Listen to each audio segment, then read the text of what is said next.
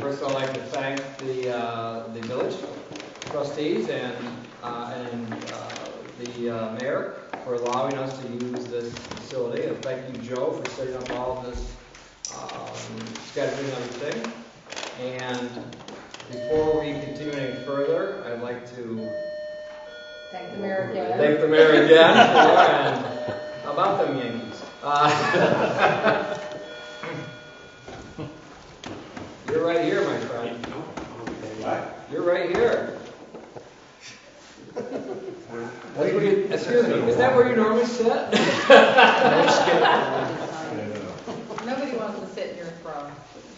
I thought it would be appropriate, considering that that you've been trying to get this thing done for a couple of years. And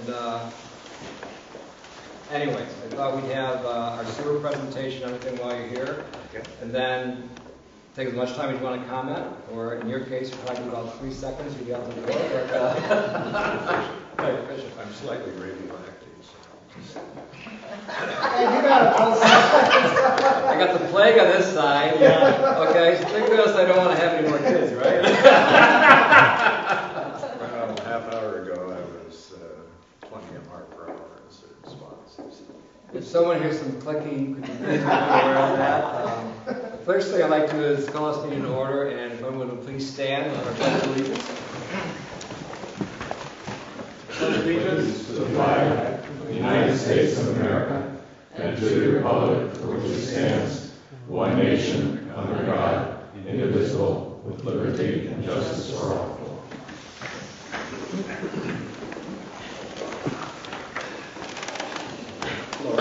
Roll call, please.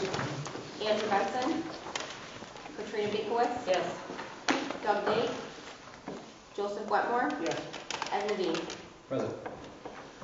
So, first thing, once again, to reiterate, thank you, Joe, for setting up these meetings. It'll be interesting as we go along, get different feedback. And because this was your initiative, do you want to say anything about this? I just want to thank everybody for coming out, and I'd like to see this as a two-way discussion. I'd really like to hear from some of the audience members about their concerns for the town and how the village and town can work together. So we've got a privilege of the floor on here, and I'd really like people to use that because I really want to hear what people have to say.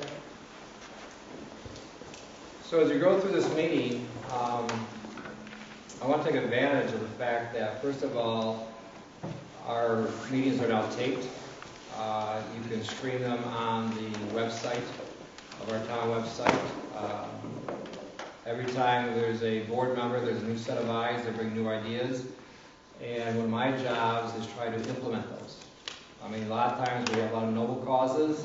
How you implement those, is it beneficial? What's the cost of doing that?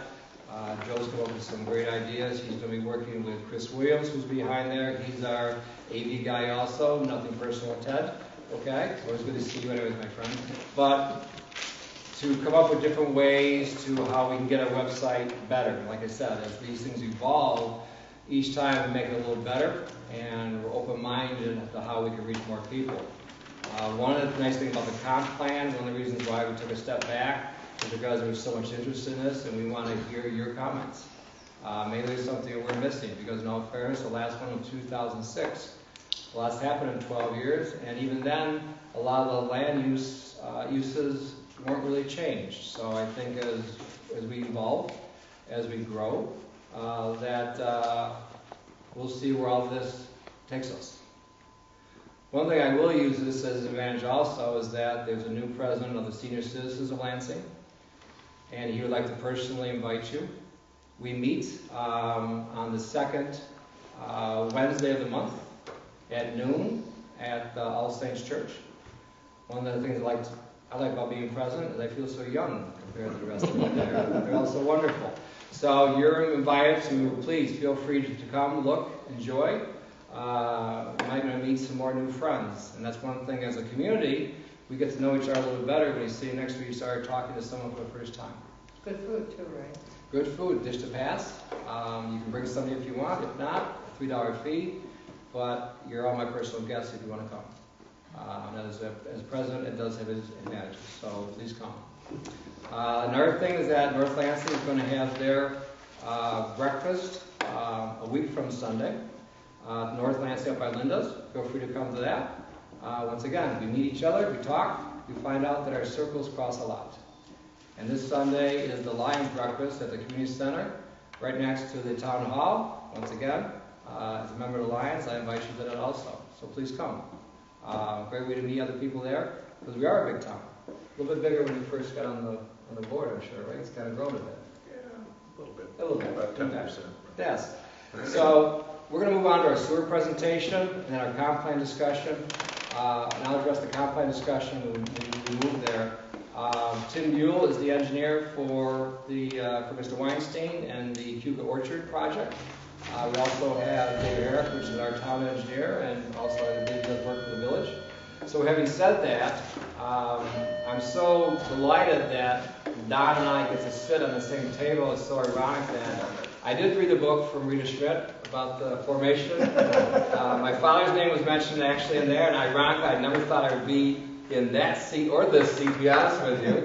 And there was a trustee named, I believe, Hartel that was mentioned a few times. Yes.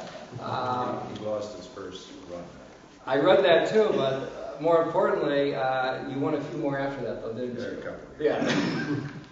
So having said that, is there any comments you want to make? Because in all fairness, this thing is such a nice story, and I use the word hopefully. I've learned to use the word hopefully nowadays when you're in politics, because things can go sideways on you in a hurry without anything you've done wrong. But the sewer projects have been an ongoing thing that the town of Lansing has been trying to do for the last 10, 20 years. And I know that when Don and I first started, we had lunch 2 years ago in February and started talking privately.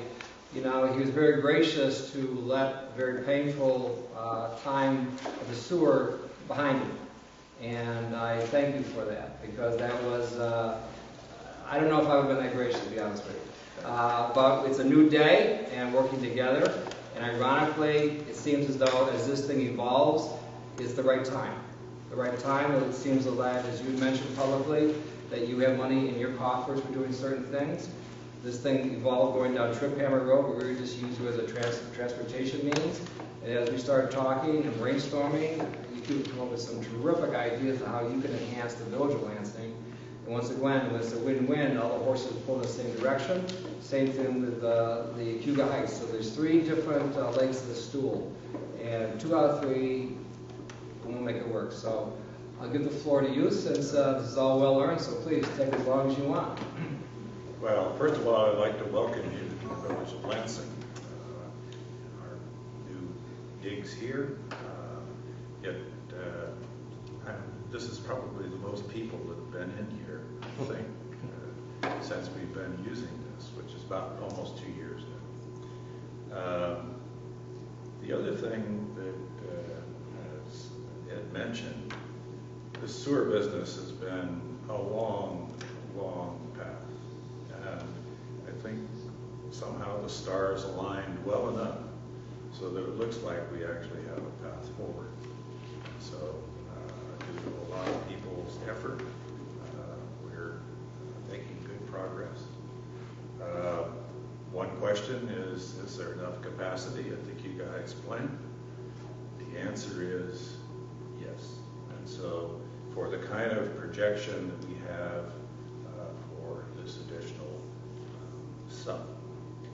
The other thing that's happening is that primarily due to the village of Lansing, there's been a serious look at what's called I&I. If you have a very cold, dry day, the flow through the plant is about 400,000 gallons a day. There has been as much as 9 million gallons a day through that same plant. And so there's a fair amount of work to be done. There's no particular magic bullet. You just have to go through your system, look at it very carefully. We're installing more meters so that we can monitor things more carefully. And so I'm looking forward to good progress. That's probably enough about sewers. Let's hear from the experts who will tell us what the actual plan is. Not just a poor old physicist. So Mike Long is our planner, and I said, we talked about Tim Buell, and we also have, like I said before, Dave Herrick in there. So gentlemen, if you want to take over and go from there. Why don't you talk? Okay. Hi, my name is Tim Buell. I'm the project engineer on the Cayuga Orchards Apartments project. It's a project that's been going on for probably, what we talk about, maybe 10 years now? Late 2000. It seems like half of my adult life I've worked on this sort of thing. It became obvious to me early on that when we tried to look at the possibility of extending public sewers down Trip Hammer Road, the cost of that project was pretty intense. And so early on in the stages, we looked at doing what's called an on-site wastewater treatment plant, which we found some technologies that work pretty well, and we're very seriously contemplating doing that. But then when, as Ed mentioned earlier, he's very hopeful, and Don mentioned the stars being aligned, I think those are very apt comments, because what's developed is that my client said, if I'm going to spend significant capital dollars on investing in a treatment plant that's going to have operating costs and maintenance and things going on, electrical costs and chemicals, might my money be better spent contributing towards a more community sewer project, which would not only benefit our project, but maybe some of the other ones nearby. We met with Jack Young, who has the property just west and south of us, and he was very interested in seeing something happen. So when the two private guys got together and started talking with the two public guys, things started to gel. And what we've come up with in the process is trying to figure out a way to have a community project that not only will be the town and the village and the third leg, the village of Cayuga Heights, but also the private guys, the fourth leg. And what we've come up with is a way to start this project. It's not going to build sewers all the way to Timbuktu, because we have a very limited district we're proposing here. The district itself is about 270 acres and comprised, I think, of about 8 properties. Most of the land is vacant right now. My project, the Cayuga Orchard project, is the only one that's actually been approved and ready to go, so to speak.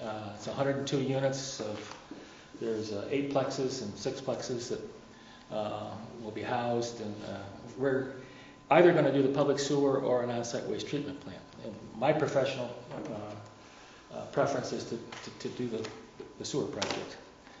What we came up with, very interesting, was to do this if the village did their part running the sewer up Route 34 to the North Village line, which they've been trying to get going for years.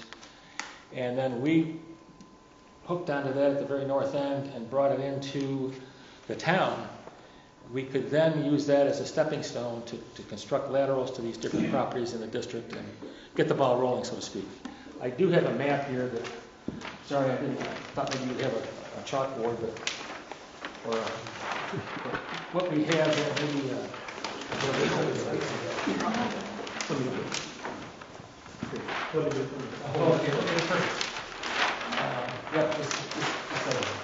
We're going to hold it up, why don't you do it over here? Back behind? Yeah, so we can see it too. Okay. Not to be too selfish. next time I'll bring a corkboard. There actually is a board. What we have is if you look at this green line right here is the Route 34 extension by the village, all the way up to the north line. At this point in time, at the north end of the village, there's about a 500-foot section of sewer that we would build to get it into the town and to Jack Young's property. From there on out, we're looking at the property I'm dealing with right now is this one right up here on Trip Hammer Road, North Trip, and that's where the 102 units are going to go. And what we would do is build a lateral, private lateral, privately funded, to go to that property, and any of the other properties along the way could also construct laterals to tie into this first little section of public sewer. It would eventually wind its way down through the village of Cayuga Heights and into their treatment plant. What we proposed here is to do this totally privately, at no cost to any of the residents of the town. If there are any recurring costs that would happen, it would be the responsibility of the 8 parcels involved here to cover those costs. What it means is that we will be doing basically a no-cost sewer district in the town, but also contributing towards the village sewer construction as a charitable donation to help the project get over the top, so to speak. So the combination of those two expenses from the private side, I think, will greatly help not only the village get its project going, but also start the first step in getting the sewer district number 1 established. So right now, there's nothing else planned in the project area. Only our project's the only one, the Cuba Orchards, that actually has an approval, has a site plan done. There's been some preliminary discussions about other projects in the area, but nothing firm has happened yet. So in general, what we're proposing to do is, if this actually happens and is done, we would then connect my project and use the monies that we would normally spend on building the wastewater treatment plant and contribute that towards building the lateral and contribution to the village for their sewer project. We estimate roughly, that's okay, we estimate that I have an allocation from the village of Cuba Heights for approximately 33,000 gallons per day of discharge, which will cover not only our project, but would also include Jack Young's lands. We're trying to tie the rink and the field into that too, because they're on a septic system and have a pretty relatively intense use.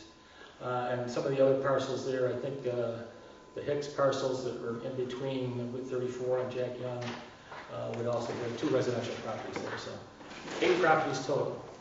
What we would do is secure easements, so if our project was going to be served by this, we would have to get an easement from Jack Young to run the pipe up our lateral to be able to tie in. And at some point in time in the future, that lateral could be turned over to the town and an easement along with it to be another kind of a step up to get a little farther north along the way and service other properties. But in general terms, what we're saying is that with this community approach, it makes sense for us from a financial standpoint because we can eliminate the cost for an on-site wastewater treatment plant and all the expenses that go along with that. But at the same time, step back and help the community do something they've been trying to do for the last 10 to 20 years.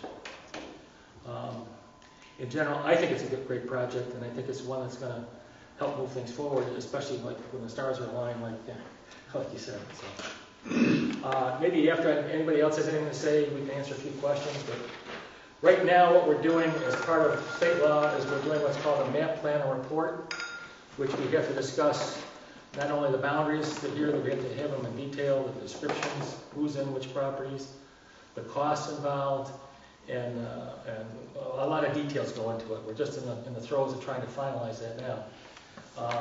That report then would be the basis for the district formation that the town board would have to look at and either say yay or nay on. But I'm excited about the thing too, because I think it really is going to accomplish something that we've been trying to do for years.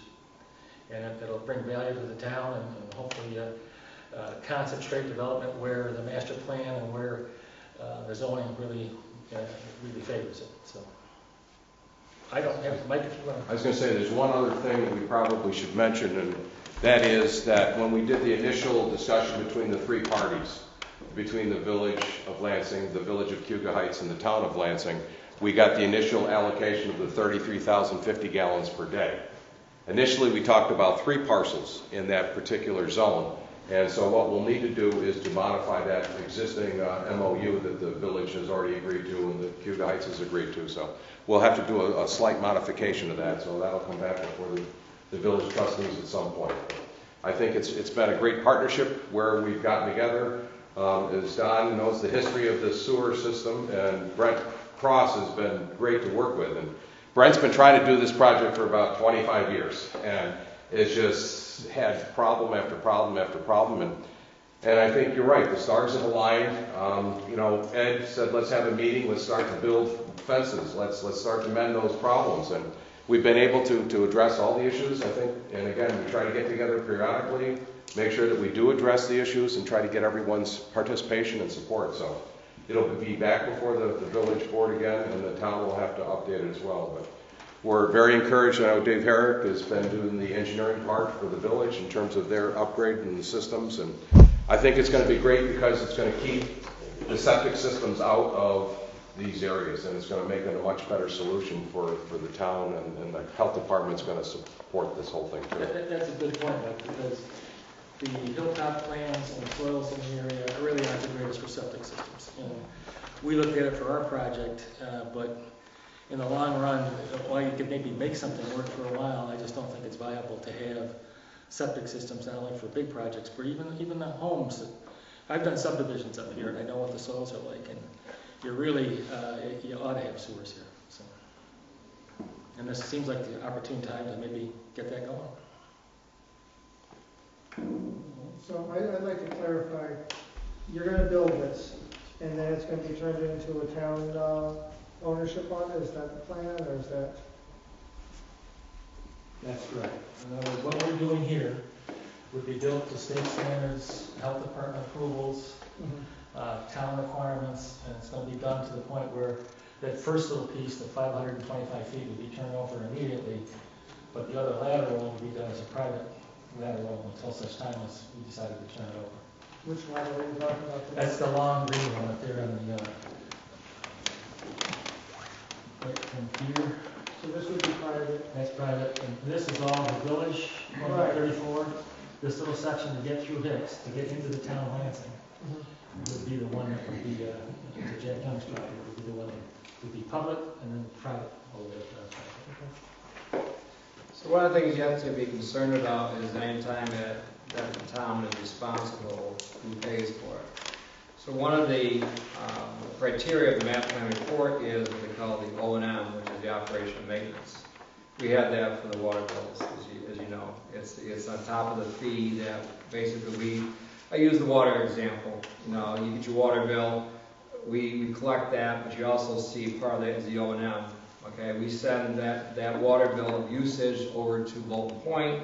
The O&M is our part to maintain, so when somebody has a water leak, like they did last night, almost by the cargo entrance, and it was going, what, 60 feet in the air? That's impressive. Yeah, that somebody's got to pay for that, and our highway guys are out there. But do you pay for that? No, not unless you're in that water district. The water district comes out of the water district money. So in this case, how do we design the operation and maintenance to build up a fund for sewer, so when our lads go out there, or whoever is in charge of that, probably the highway department fixes it.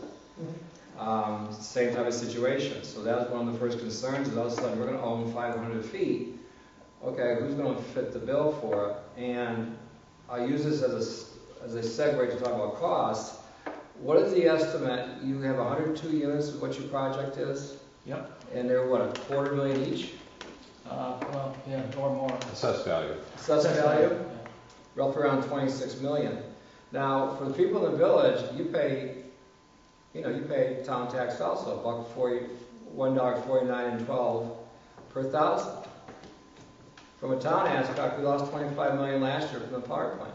We're going to lose another $10 million this year, and we'll lose another $5 next year because of the pilot. And if I'm looking at 26 coming back in, you know, we're cutting as best we can. We absorbed one person through retirement for the highway. We absorbed one person through the code. That doesn't affect you, but it does affect you because we have one less person that's in my office, and that's out of the A fund. That does affect you. So having said that, we have done a lot of things with shared services. Our rec department guy was plowing snow this winter because he got a CDL license. We got the other one who's the custodian / rec department / highway guy. He's going to go get his CDL in a few weeks. He got his permit already, so everybody is interchangeable parts, so we don't need as many employees. But we're cut to the bone. You know, our highway department plows, we have approximately 97, 99 miles of road, but in the wintertime, they're in charge of 140 miles. And so when two of the guys come down with the flu, next man up. So we're pretty well cut where we are. So when someone says we're going to find you 26 million, you got my attention. Like I wish Mr. Thayer would build up 4 or 5 more of those. Those look more beautiful every day as I drive by. You know, those are assessed value that affects you directly.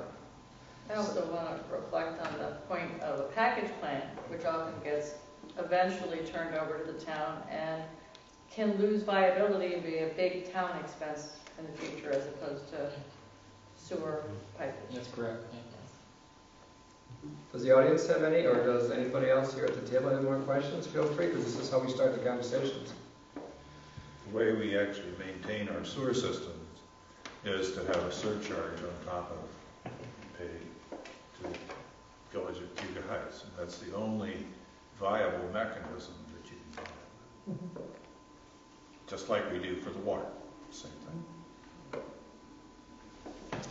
And speaking of water, the third amigo in this group, Linda Woodard, should be complimented, because if you notice your water bills are going down, that's because she took it upon herself to do the data, and the water commissioners crunched the numbers, and the minimum went from 10,000 gallons down to 5 per quarter.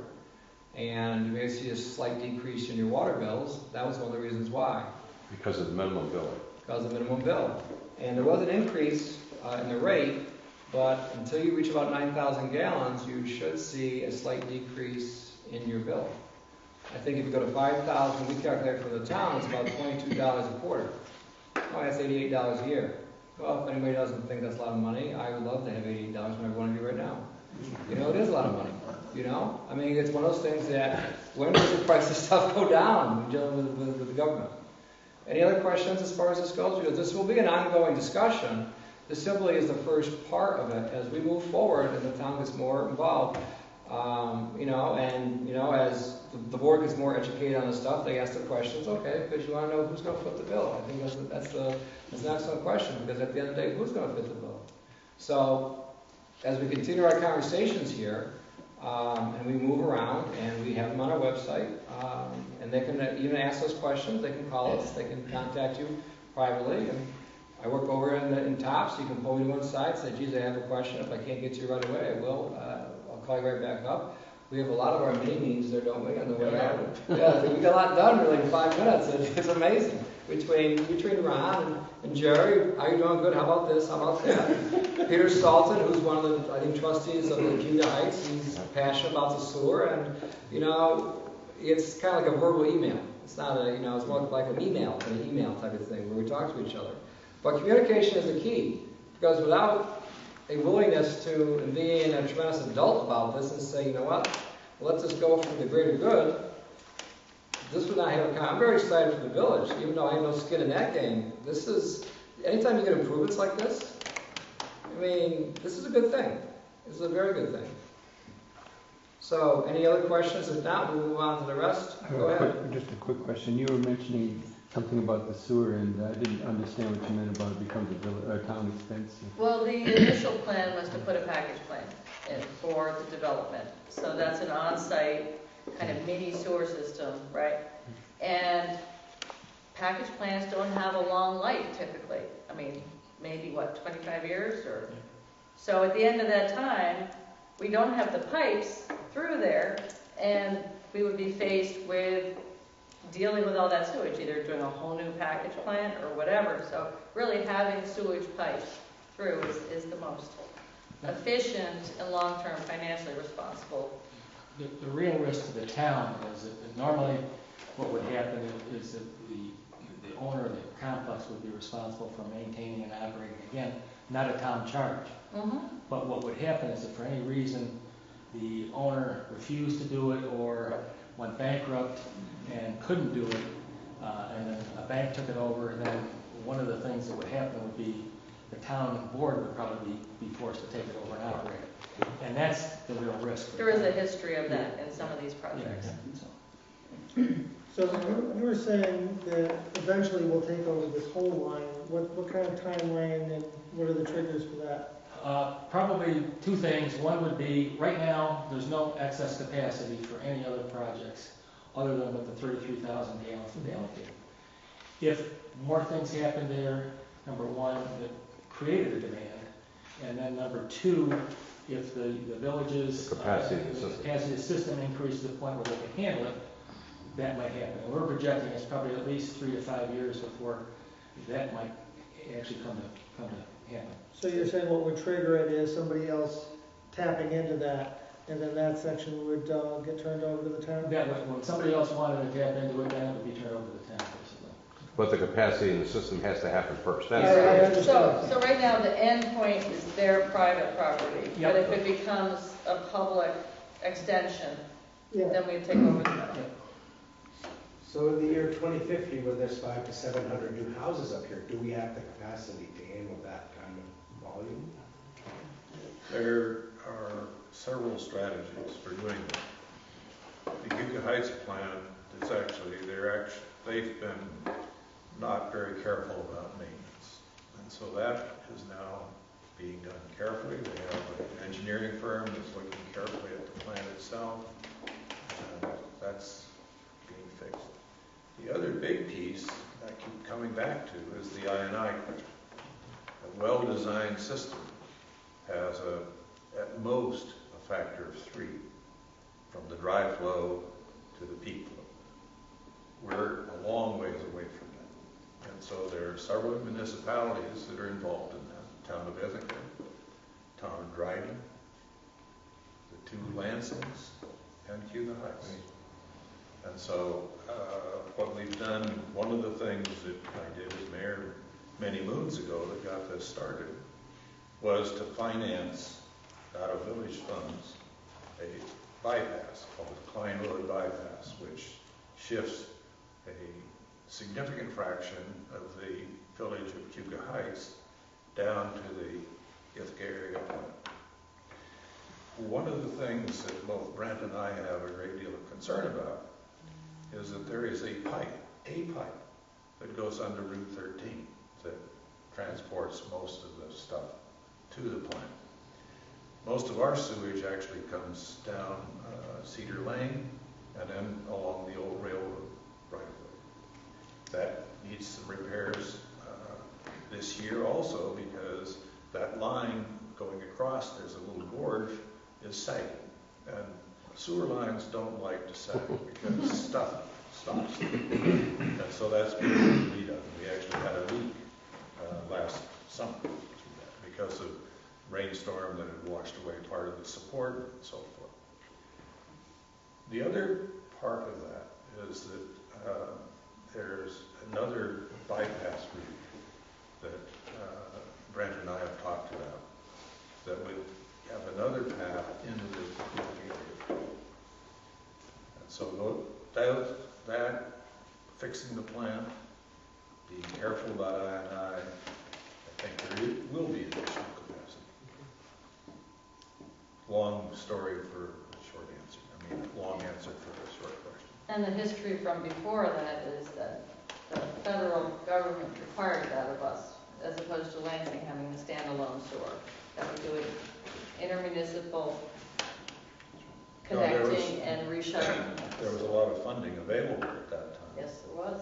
And somehow it fell apart. And then there was another pass at it, and that fell apart. And that funding obviously has disappeared. So here we are. There's a couple of things that come up. First of all, our communications back and forth with Donna, myself, and Brent. The issue came up of the units you made reference to, 700 units. And my response was, you first. Take care of the village first, because they have the sewer. Okay, as good partners, you say, okay, you first. You're comfortable, you got enough, then we'll see if there's anything left. And if not, then we'll find other ways, as once again, things seem to have worked out. But when you're in partnership with somebody, you don't throw them to the curb for your own good, you look as a team. And as a team, you see, okay, how are we going to do this symbiotic relationship? In the pharmacy world, they call it synergism, where 2 drugs equals the effect of 10, not the effect of 2. I think we have this where we work together, it's exponential between the 3 different municipalities. I wish Linda was here tonight, and I probably should have reached out to her more forcefully and say, can you come? Because she is as integral to this part. But one more thing I dare say is that the sewer conversation, and this is something that unfortunately Don's right. Because I say that because the I mean, you hear these stories and it goes to OMG and it almost turns into the WT, you know what? It's like, it's here. It's like he's been saying this is gonna happen, and maybe it's because of his engineering, maybe because he has great foresight, I don't know. But the Cuga Heights plant is at a point that's 40 years old. And we're more than happy to help them with giving them, as you would say, John, product. Yeah. Yes, as you would say, product, yes. We're looking forward to our product. But having said that, you start to hear when we had our meeting with the Ithaca. And the only thing in the background that was missing was the eerie music from the violin. When all of a sudden you come to Jesus moment, you say, "Oh my God, there is a monster in the room," right? And there it is, the I and everything. I don't know what they're going to do down there, and I wish them all the best in the world. But we have a saying at the town called it's the come to Jesus moment, where this isn't going to go away. And I don't know what the answer is for them down there, but I'm afraid it's going to be a little painful.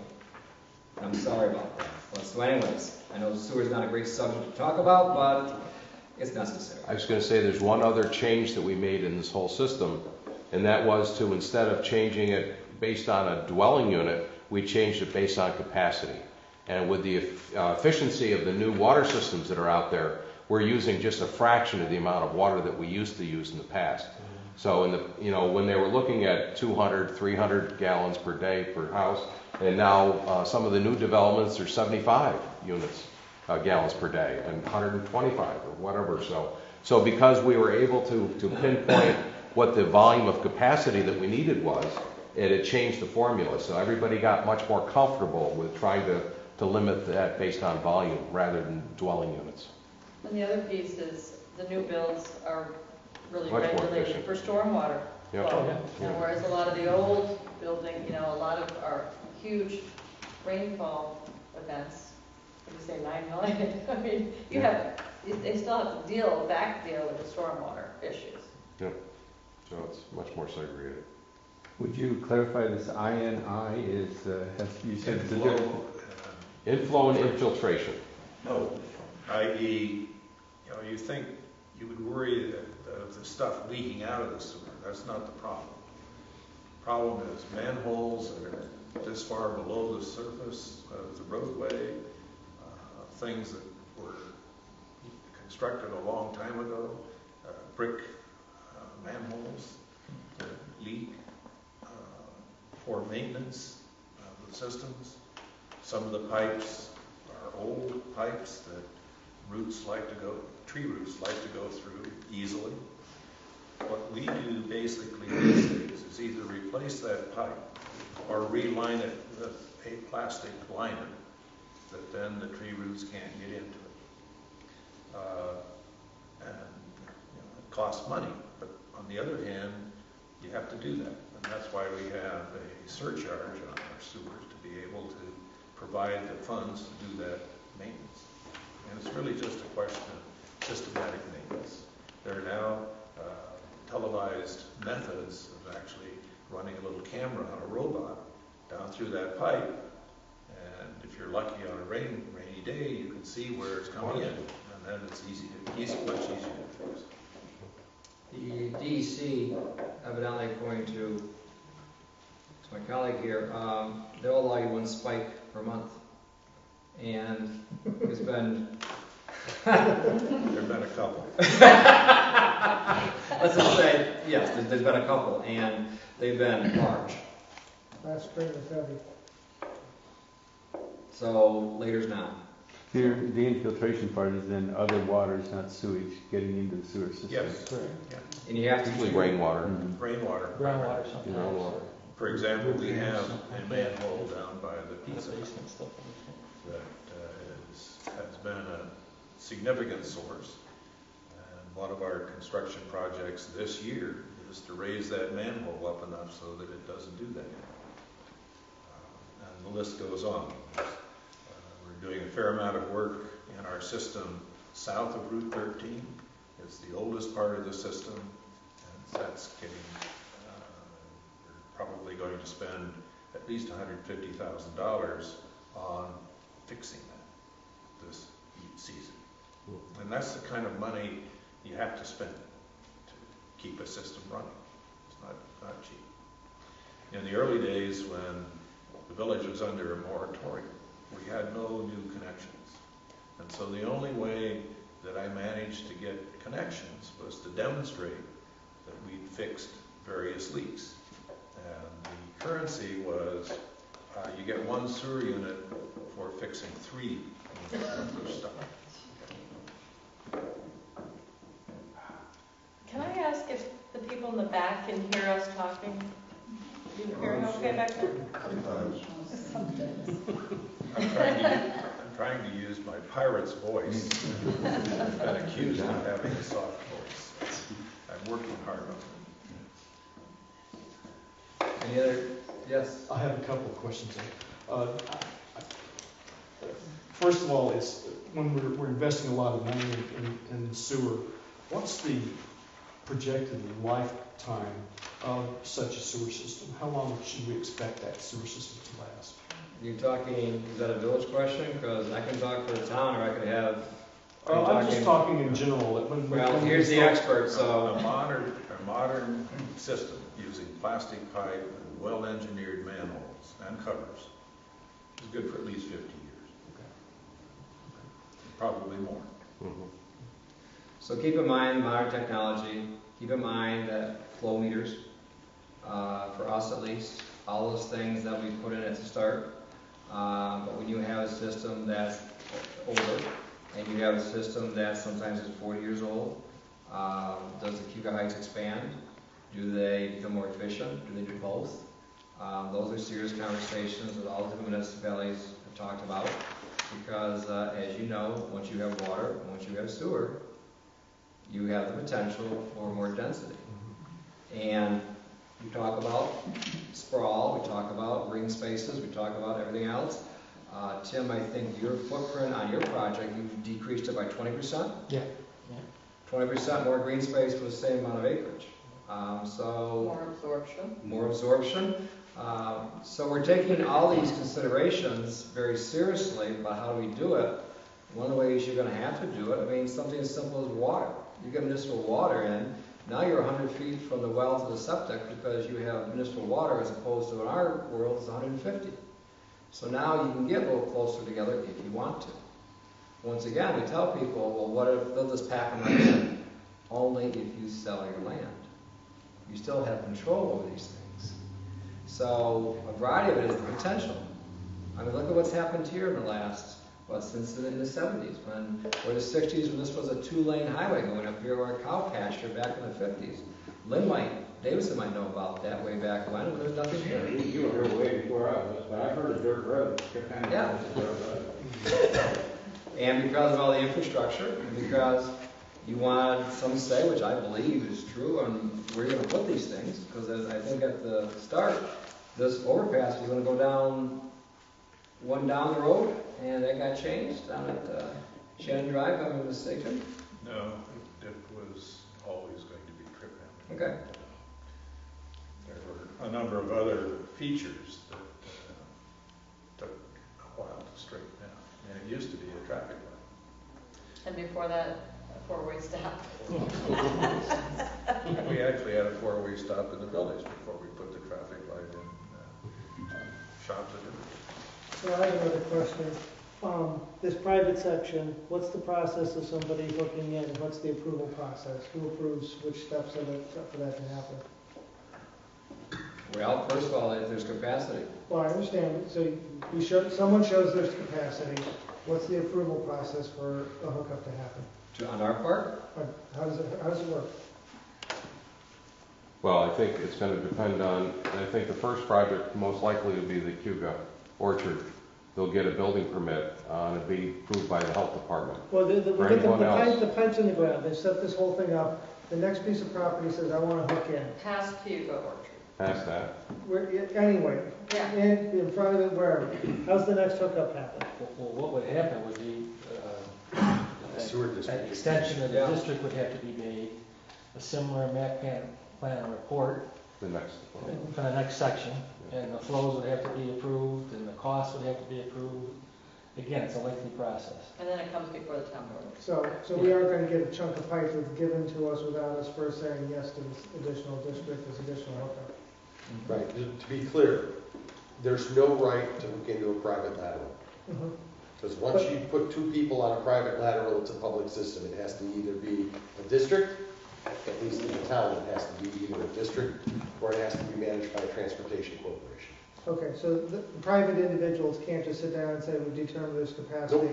No, if someone else wants to hook into the existing main, or to extend that main using the easement that the private lateral is in, or some other route, whatever it is, that would be part of a separate district extension process, just like we do for water, just like we do for drainage. There'd be a map plan and report.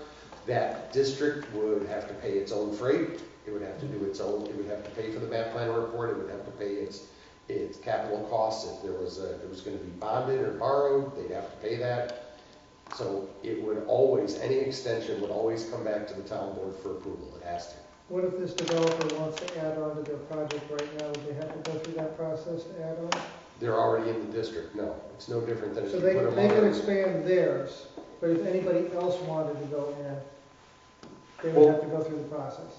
They could expand theirs subject to the obvious need of Yeah, and- site plan review yeah, or whatever. PDA. Yeah, Village Solars, prime example, where they had those circles properties, and they had to come back with a new PDA because they wanted to put more units up there. They had to go through the whole process of a plant development application, go through the planning board, getting their approval before it gets town board approval. There's a system of approvals to go through first. If they have the capacity, and once again, if they have the capacity up there, and if they're in their district, Mhm. yes, they could, like they're doing now, they're knocking down the smaller buildings and they're building those bigger ones. Mhm. So in theory, it's going through Jack Young's land. These people could buy that parcel from Jack and build more and attach, and they just have to go through the approval process this way. They wouldn't have to create a sewer district. Because I'm just trying to find out what. No, I don't, it's not like a backlot extension, I would say no, I could be wrong. well, if they're in the district, they wouldn't need a new district. But you'd still have to get the approval for the development, and you'd still have to have the capacity to serve it. Right. I'm just trying to understand when the town's gonna get this on their bill versus, what else can happen, because, I want to understand the ramifications of this. Well, the other thing is that if they're gonna give it to us, we have to say yes. Mhm. We may say no. That's true. I'm just simply saying, if this is a bad deal for the town, we say, you know what, thanks so much, but guess what? Tell us how it turns out. Mhm. Will that happen?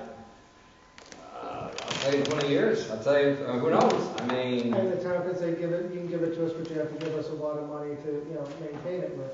or they may donate it for, Yeah, I mean, there's all sorts of. there's a lot of different scenarios out there. I'm just trying to figure out what can be done, what they have the right to do, which processes have to go through the approval.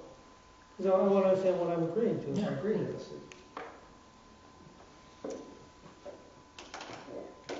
Can I ask a question that kind of is between the sewer district and the comp plan? Please do. I was waiting for you to say yes. And maybe Lynn can answer it.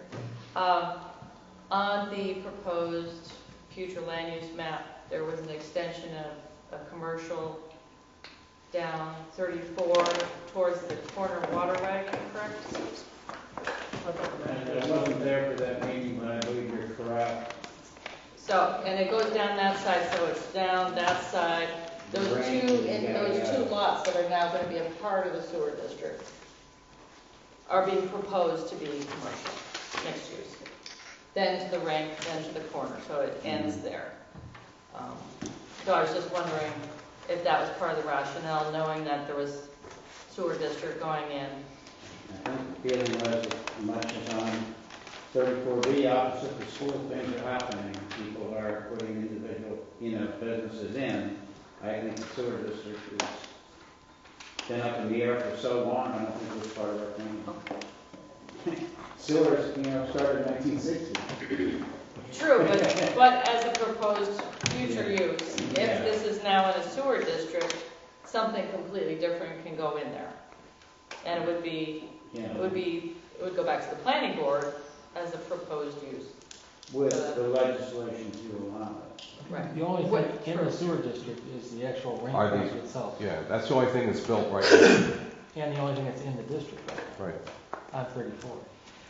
It's just the ring project. It doesn't go all the way up to, it's just where you are on North Trip Yeah. Hammer. Because I think when it was being described, they said the ring plus the two parcels that are domestic now. North and south of it, or, well, the only thing that's in the district right now on the map and described in the report is just the ring. Okay, thank you.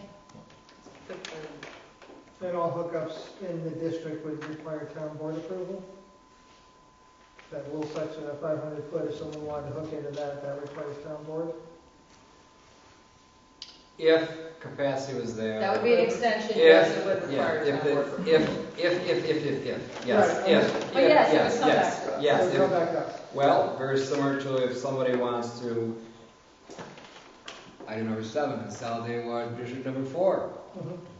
Same problem. Somebody has to approve the map plan report, somebody has to approve the rest of them, somebody has to approve, and that is 3 of the 5 individuals that are here. Mhm. All these things are governed by, it comes back to the town board. The planning board does their due diligence, and I think they do a great job, but at some point, they gotta pass it on to us. And at that point, we will look at it thoroughly, and is that good for the town or not? Well, some things people have a right by right, and some we have to approve, and I'm just making sure I know the sort on these various. No, I think there is still an approval process that goes by this, and that is if there's certain things fall into alignment. And you of all people know how things can go sideways, so it's easy. You know, I'm almost tempted to have a wristband, WWDD, what would Don do?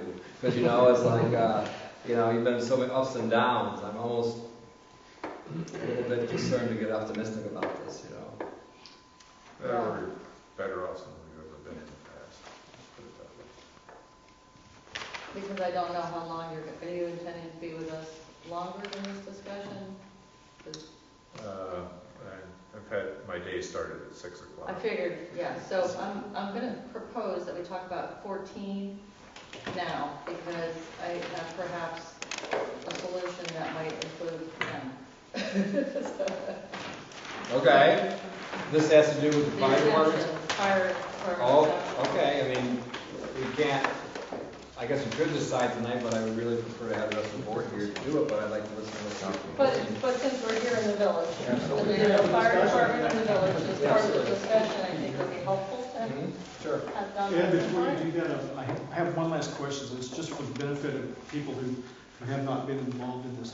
What is the time frame for the construction of the sewer line? Dave Herrick has put out a timeline from before, and I don't know if that has been changed at all. I think he put out a timeline, they tend to, I say tend to. Well, I know the expectation on the part of the Hugo Orchards project is that the sewer would be available to tie into physically in August of 2019. Hopefully. Plans. Yes. Any other questions about the sewer spot? Do you have more questions? No, that was my last question. Does anybody else have sewer questions? Now, please keep in mind that as our meetings are twice a month, and we do have a regular meeting at our town hall on the third Wednesday of every month at 6:30. Feel free to either come to those meetings or email one of us with questions on, geez, I meant to say that, but I forgot about it, or whatever, and if it has to do with the town. I would defer to any village concerns to the mayor and to the trustees, because that is in their wheelhouse, not ours, but once again, if something comes up down the road, or as things develop, as we get more information on this project, feel free to keep the lines of communication open.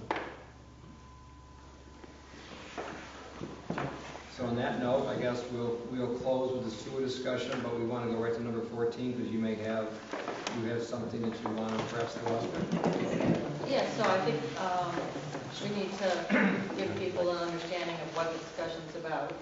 You could do that, or Joe could do it. Well- Bring up. One of the things, you talk about the meetings and everything else, and you're talking about the exemption. The exemption. Yeah. Well, you know, a lot of this has to do with research, and now in the past, what the town has done is they have waived the fees for the fire companies. When they do an building addition permit. or building, we're talking about building permit. And this is something that we've done, I've been told we've done this in the past, and I don't think I've been doing it in my administration, but I've been told in the past, and was asked if we could do this again. So that we've had some discussion about it back and forth, and, And the argument for it is that the townspeople are being taxed by the fire district for the build, and do we need to add a big fee just for our code person to check in on the build when there's also, I mean, there's different revenue streams. And so, Yeah, I've forgotten what we did for the construction down here, but I think we probably waived it. okay, that's good to know. So- Many municipalities do waive it. Yeah, so Joe was concerned that if you don't, you say what you're concerned about. My concern is that there are two different taxation districts, and if you're taking money from one taxation district and giving it to another, that's unfair to the two different taxing groups. And so I'm wanting to see tax money collected from one going to one, and expenses from one district being So paid for. clean disbursements Yeah. of tax monies, which we're all interested in, and, but we also feel like our people are taxed enough. And since you had said you did waive that, you think you waived it in the past. And I'm in support of waiving it as long as we can legally do it without getting, mixing our streams. So my question is, can we just propose a resolution that you would also do as well, saying that in the present and in the future, if there are additions or builds by the fire department, we do not charge building permit fees for that. And then it's not like a per case thing we have to justify every time, but we just, It's a policy. yeah, it's a It's a policy. policy that both well, my question then is, Guy, is there a problem with a policy like that? My advice specifically was that the best way to handle it is to exempt entire classes of buildings, and from what fees. So that's the recommendation of the state comptroller. That if you're going to do this, it's best to do it on a uniform policy, so you're not creating a yes in one case and then no in another case, and giving birth to what might be an equal protection or fairness question. So if you're going to look at doing something like that, I would say there might be some logic to considering all sorts of exemptions for cross-taxing governmental bases. What about the library? What about the school? Municipal building. Right, municipal buildings. If the village needed to put a water tower or something, or it needed some facilities in the town, do we want to charge the village a fee? Well, generally, no, that's not done. Can you? Yes. So to me, the issue is that it's better handled by having a uniform policy in place as opposed to making case-by-case decisions. Because really, it's not fair to subject the people to the whim of whatever one particular board or officer may think at a given moment in time. That, I think, is not something you can put in place now. I think you really want to look at it. And there's a lot of things. Like, so there are some fees that you're allowed to waive, like building permit fees, because it's not a gift to a non-governmental private property person. It's not prohibited. But there's some fees that you're not allowed to waive, like some of the gaming permit fees. Sure. You don't have any right to waive hunting permit fees. So some of the rules apply to and some they don't, and it's a morass. So I'd say bright line rule generally applied, keep it simple, and you're on Apply solid it ground. to building code fees and build in a few classes with it. Yeah, your governmental uses, That something seems like that. reasonable. You cover the school, you cover the library, Yeah. you cover the fire districts, you cover neighboring municipalities, like when we needed to put our water tower in Dryden, they said, no, don't worry, we don't need site plan review, it's a governmental use under the County of Monroe test, we don't have to micromanage your site, we'll trust that you're sensitive to our needs. Everything was smooth. We'd like to think that neighboring communities could cooperate like that. Doesn't always happen, but here I think it should. Certainly the best way forward. So, From my point. I refer to it, because it's a constitutional issue, I refer to it under the doctrine of comity, C-O-M-I-T-Y, not E-D-Y. But that's the principle that's at stake, and that is that you're all on the same team. It seemed like if it made sense to do it with the village I like as that. a, I like that as a approach. blanket policy. That would go both ways. Would you have to come up with a classification of the buildings or delineate those individually for the types? Well, I haven't dove in head first. I mean, I have, but I haven't. This is a subject that's come up in a lot of municipalities, in multiple counties. I've looked at it in Seneca County, Cayuga, Tompkins, and the answer is pretty much universal. As long as the benefit is not principally private, as long as you're not taking public funds and transferring it to a private entity, with very rare exceptions, there is a constitutional right to support nonprofit institutions and other organizations that support the needy. There are some non-governmental entities that are entitled to support under the theory of contract, like TCAP, which some municipalities pay into. Generally speaking, as long as there's a public benefit and it's not going to a private entity, you can make whatever rational rules you want. So could you apply it to a class of buildings? Yes. Could you apply it to a class of applicants? Yes.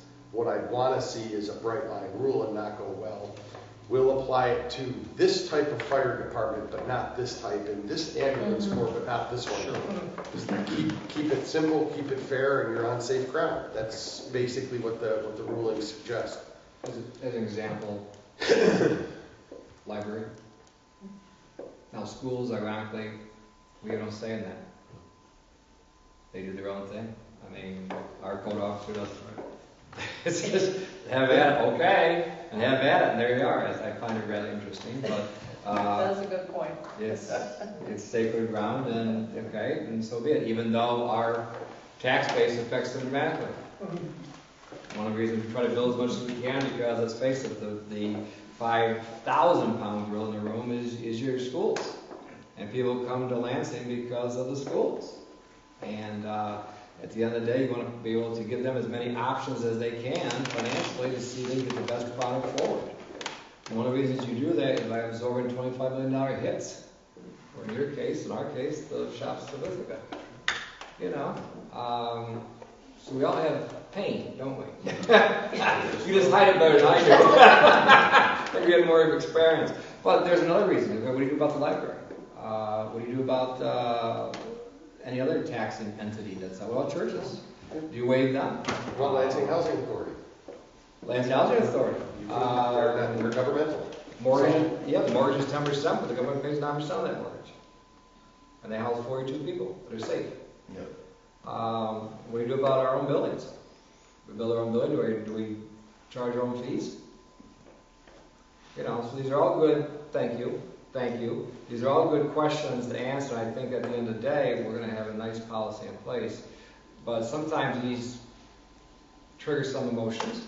Sometimes they trigger things and say, okay, so we do a little timeout after we have a little tete-a-tete and say, okay, where's the bigger picture here? Now that we've got our juices flowing here, what are we really looking to do here?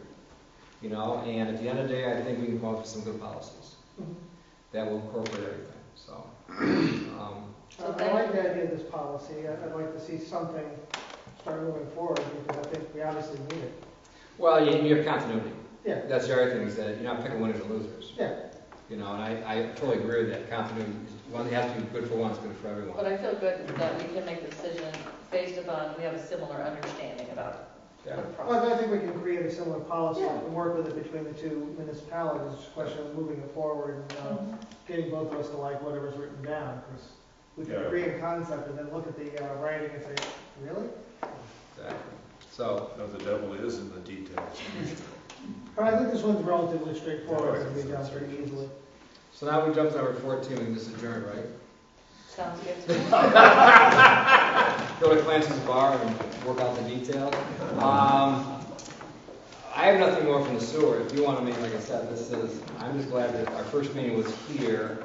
We got to present it here because this has been more than well earned, my friend. When you're sitting here, and I'm just delighted that you can finally say, you know, this hopefully could happen. Okay. So if people do not want to, you're more than welcome to stay or not. It's your call. We're going to move on to the comp plan questions and concerns. I know Tom is here and so is Suzanne. Some of the people may have not heard your comments. If you want to share your concerns, even though we have on record, Tom, you can do that. Share with Suzanne. It's entirely up to you. Even though we have a record of it, if some of our audience hasn't heard that, I don't think it's fair that you have the opportunity. Suzanne, where's the safe? Where do you keep your safe? Keep it safe. That's right. I'll ask Joey. Joey has the key. You're starting to move quicker. At least that's right. Doug lives around the corner from you. One comment about the comprehensive plan. One thing that is important is that there's a smooth transition that matches what's happening in the village, in the things, and not have a huge industrial complex right next door to low-density residential. It's my only. We'll take that. I'll take that very seriously. Good night, Tom. Feel better. This was actually a very nice meeting. Thank you for whoever. I agree. Thank you, because you're the host. And I didn't even say dark water tonight, did I? You just did. Dollar on the case. That's it. So, Tom, you want to share your thoughts? Okay, I didn't really prepare anything, but because I've said it a number of times before, my concerns have to do with some of the things that were taken out of the plan that was presented by the Comprehensive Plan Update Committee. The Bell Station land is in the text, but it's not on the future land use plan. I still think it's a good idea to have a conservation advisory council or whatever you want to call it.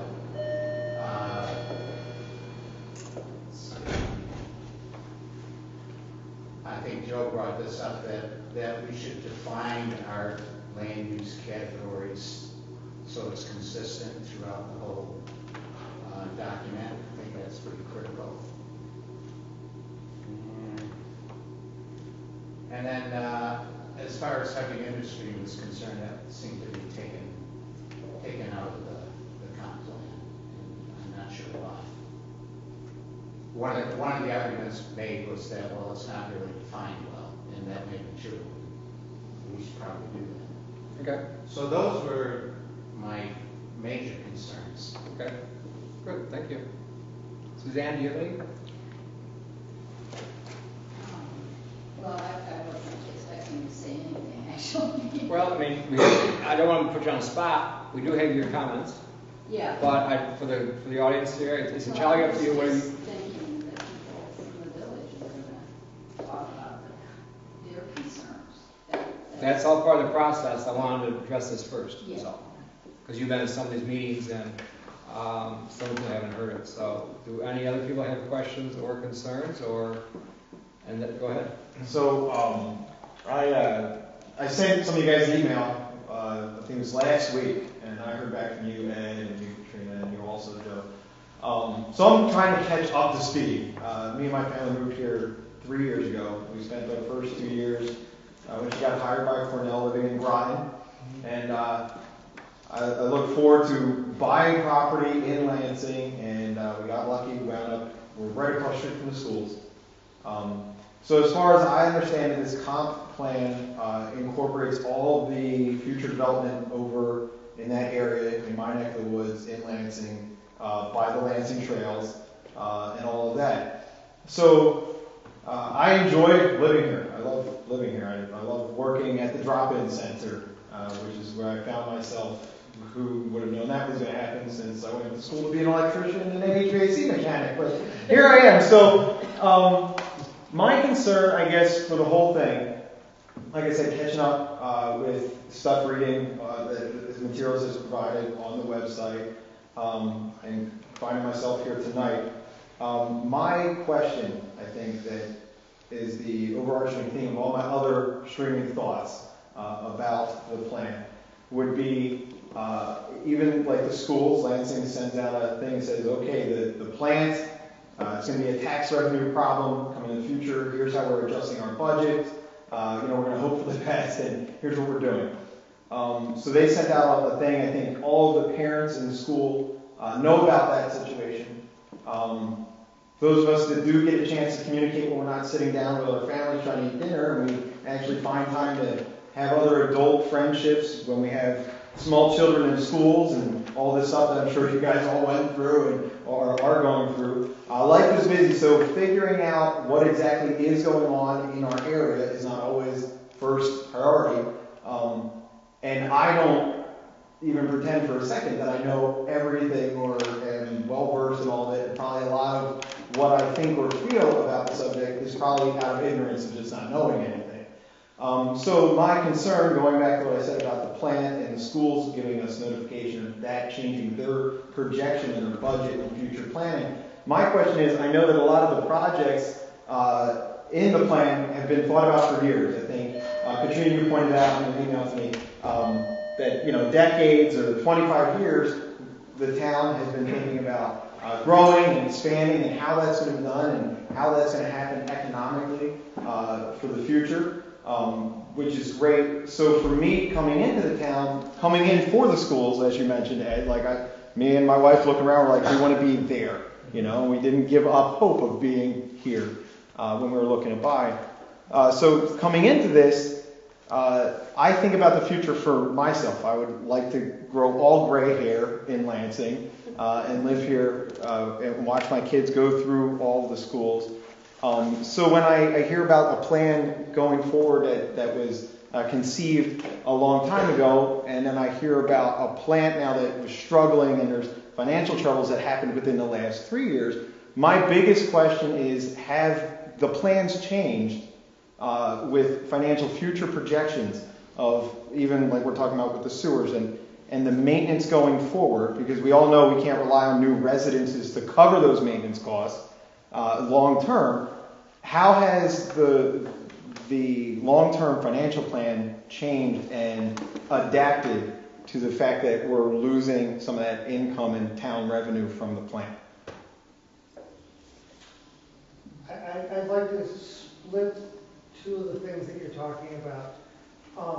The comprehensive plan is really a work plan for the town on how to do zoning and development issues to guide how the town as an overall body grows. And it's really kind of managing the private sector to some degree.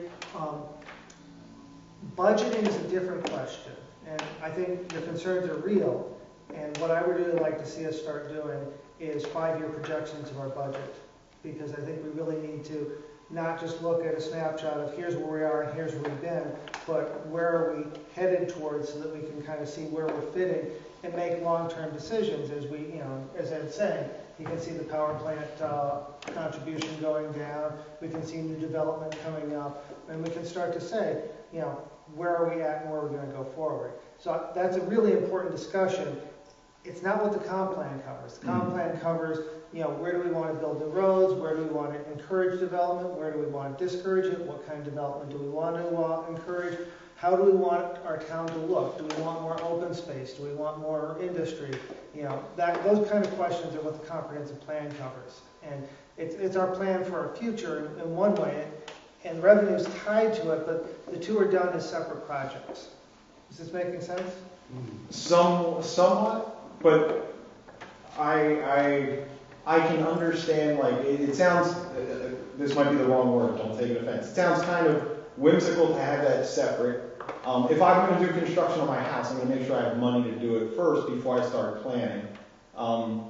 So I kind of get there's an overarching, and like I said, I might not even know what I'm talking about right now. But I get that there's an overarching, let's plan for the future and make sure our zoning is what we want it to be and it meets our vision. But how can we properly zone and deem worthy, commercial residential areas, if we say we put a whole bunch of acreage aside for residences, and then we're like, wait a second, well, we go ahead with moving on that and doing that, because that's what we did when we were figuring out the comp plan.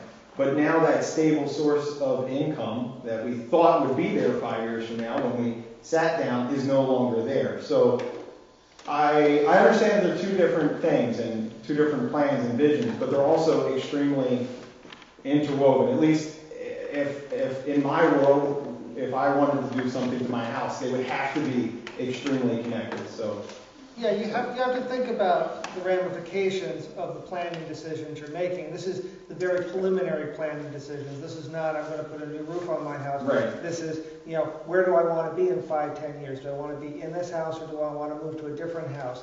That's the kind of planning decisions we're doing here. And we have to think about, can I afford a different house? Can I afford to do, we have to think about both those at the same time, the ramifications. But this doesn't have a budget attached to it. This doesn't have numbers attached to it. And we don't formulate them on this because we're not actually building all these things. We're not actually, spending the money on exactly what happens. We're putting tools together for the private sector largely to decide, do I want to build a house here? Do I want to build a factory here? Do I want to build something else here? And we're providing the zoning, the encouragement, or the discouragement, depending on what we're trying to do. So, That's good. I will have Lynn kind of comment. Lynn, this is Lynn Davidson. He's one of our planning board members. Tom Butler is one of our planning board alternates. Give you some background here. So Lynn had a comment. Go ahead, Lynn. I just use the word vision. And when you use the word vision, you kind of hit the comp plan. It's not micro. Gotcha. Okay? There's interesting things you bring up, though. No power plant. Well, gee, that generates a lot of money. Economic development, clean plants, electric plants, maybe, that kind of hotel, motel, whatever you want to call it, that's something that the commercial sector usually pays more than its costs. And if you've heard here, those costs are, and their maintenance are built in to how the town plans for them. That may be too micro, all right, a little like your house, except you have a capital fund for your house for when things go bad. These are the same sort of things that are built in sewer districts and water. You heard that earlier, right? Now, the interesting part of the plant going out means what about new businesses coming in, right? Yes. How do you offset? Now, you build those businesses, what do they need? They need smart people like you to work at them, right? They need a building. And what's a singular thing? They need energy. Right. Right now in Lansing, we don't have enough electric capacity for people even to build a moderately income house. We can't get natural gas. Right down here in the village, these people heat their houses with natural gas. They're not stuck like I am in the country with oil and propane to deal with. So I know a lot of people don't like fossil fuels, but these are things that, as part of a vision, that you're going to have industry providing jobs. And the infrastructure. Yeah, the infrastructure has to be there. So Right. it be a different set of roads or, a different path. We all love solar. I've got solar. Windmills are wonderful, but we're not quite there with batteries. So what do you do on the dark, still night? So you've got a Jerry One up here. You ever seen the propane tanks up there? That's because they can't get capacity for natural gas because it's all used up. Right. So The line ends 2 doors down from me also. Right. So I'm just trying to say that it's a big vision. Right. And it's a big vision for the environment, properly used. And if we can have infrastructure, we have more density. These are dreams. And so how do we pay for all that? Well, you have to provide for what we just pointed out there, jobs, businesses that provide the tax revenue. And your house will help. Build it big, build it wide. If you build it more than $400,000, you'll pay for yourself with your practical taxes. Katrina, you want to make a quick comment? We move on. Just quickly, in our comprehensive plan, we have a lot of developed security for the ag district. And I don't know if you know how much tax money comes from ag land and how much from commercial and how much from residential, but I think it's close to 1.2% for residential, so they use more in municipal tax money than they pay. Way more. Ag is down. Ag uses a lot less. Ag is down in the 60s. 30%. I think it's between 30 and 60%. They're between 30 and 60%. So there's way, I mean, the farmers are paying a lot of the tax base, and commercial pays more in taxes than they use in services. So it's important in our plan that we preserve our agricultural land, we support it, but we also build in enough commercial mixed-use space, which they've tried to expand that a little, so that we have places for businesses to go. And that helps keep that balance. That ratio makes more sense when you realize that if you get a lot of residents, you have the need for schools, and your school tax bills are way larger than your town tax bill. Right. And so as the residents go up, you get a school tax bill. And also roads, because they all get given to the town, so the contractors build them, but then they become town roads, and we have to maintain them. So Guy, you want to make a comment? No, I just want to make two comments, because one touches upon what Don said when he left. And a lot of times, you know, a lot of times people talk about we, our, and they use pronouns that sound like it's only about Lansing. A comprehensive plan must, as a matter of law, also address the regional needs of a community. So it's improper to completely ban certain, like industry. We don't have any industry. No, you need employment. Employment's a regional issue. Housing is a regional issue. So I know the village has, as you go up towards the town, has a special overlay district involving like a craft and market district to try to like create a buffer zone and so I understand what Don's talking about. He's, you know, so when we look at a comprehensive plan, we have to look at regional needs and neighboring communities as well. It's not just about the town of Lansing. It's also about the village of Lansing. It's also about our intersections with Dryden. What are the needs of the county? What have all the housing studies done by the county in Cornell said about what are the needs of this region? Yeah. The other thing is that unfortunately, I hear this a lot, and I'm not stowing any thrones, but comp plans are not linear. You don't say, because A in the comp plan, therefore B on the land. They're squishy, they move, they adapt. One question or one mythology that is often out there is if here's the question. Can a community make a zoning change that is on paper inconsistent with its comprehensive plan? The answer is absolutely yes. Of course, things change. You talk to any planner and they'll say, yeah, it happens all the time and it's upheld all the time. It's routinely done. So if you did set aside a big area for residential and it turned out that the demographics, the growth, the infrastructure, the roads didn't support that as residential use and your residential was happening over here, well, that's why you periodically update your comprehensive plans. In a perfect world, they're changing on an annual or semi-annual basis. They're living, breathing things. They point out what a large goal is, but they don't mandate a way to get there. They're not regulations. It's not a linear one-to-one relationship. In fact, I would suggest that a comprehensive plan actually regulates the public sector more than it necessarily regulates the private sector, because it guides governments in how to implement policies to achieve what is a larger identified community goal. And that goal will change periodically. And that's what a comp plan update is about. If there's something that over time changes, if by a miracle New York State says, hey, we want to sell Salt Point, in fact, we'll give it to you. I think the first thing the town would do is jump on that as fast as possible and update the comprehensive plan to extend its parks all over that whole area. I can't speak for the town board because I'm not an elected representative, but that's sort of a no-brainer. That would be the classic example of circumstances changed, adjust your land use and comp plans to take advantage of what's in the public interest.